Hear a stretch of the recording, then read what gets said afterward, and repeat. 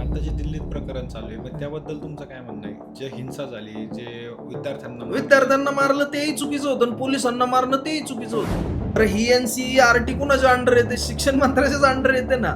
मग त्यांचा राजीनामा मिळावा यापेक्षा तुमच्यापेक्षा जास्त आम्हाला पण आहे. सगळ्यात महत्वाची गोष्ट काय आहे माहितीये का? नीट पेपर फुटीच्या विरोधात ज्या पण मुलांनी आंदोलन चालू केलं होतं ना, त्या आंदोलनाचा त्यांचा मोटिव्ह नीट पेपर फुटीच्याच बद्दल असला पाहिजे होता.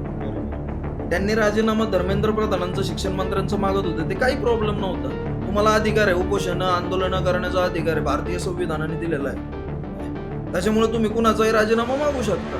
पण तो राजीनामा मागते वेळी तुम्ही ज्या स्टेजवरनं हे आंदोलन करताय ना, त्या स्टेजवरून एखाद्याच्या धर्माला बोलणं, एखादा नेरेटिव्ह चालवणं, याच्या मागची बॅकग्राऊंड स्टोरी अशी असू शकते की मुघलांचा इतिहास हटवला म्हणून सगळे जे हिंदूशी ज्यांना त्रास आहे, हिंदुत्वाशी ज्यांना त्रास आहे, असे सगळेजण आज रस्त्यावर दिसत आहेत. बंगालच्या जे आतंकवादी संघटना आहेत त्यांचं एक लेटर इश्यू झालं की बांगलादेशचं की ह्या जे आंदोलन चाललंय त्या आंदोलनाला ते समर्थन देत आहेत. याची भीती कुठंतरी असणारच ना मनात. त्या इनसिक्युरिटीतनं पण हे आंदोलन मोठं केलं जात असावं. शर्जील इमाम आणि उमर खालिद नावाचे 2 जण पाठीमागे अटकेत आहेत. UAPAच्या कायद्यानुसार त्यांच्यावरती गुन्हे दाखल केलेले आहेत. का गुन्हे दाखल आहेत माहितीये का? त्यांच्या अशा प्रकारचे वक्तव्य आहे की हमारे पास अगर 5 लाख लोग होंगे तो हम आसाम को इंडिया से परमानेंटली कट कर सकते हैं और हम सबको एक रहना है. एक टाइम आएगा जब हम रेलवे लाइन उखाड़ देंगे, चिकन नेक तोड़ देंगे और आसाम को परमानेंटली इंडिया से कट कर देंगे. अशा प्रकारचे वक्तव्य आणि अशा प्रकारची मानसिकता ठेवणारे लोक आतंकवादीच असतात. आता NCERT साठी आपण त्यांना जबाबदार धरतो,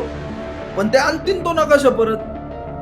नाही तर मग हा महाराष्ट्र आहे, इथं आंदोलनं अशी होतात की त्या आंदोलनांना उदाहरण म्हणून तुम्ही तुमच्या देशाला शिकवू शकता.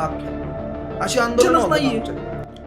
अपोजिशन स्ट्रॉंग असला पाहिजे. मी त्यांच्यापेक्षा स्ट्रॉंग राज ठाकरेंना मानतो.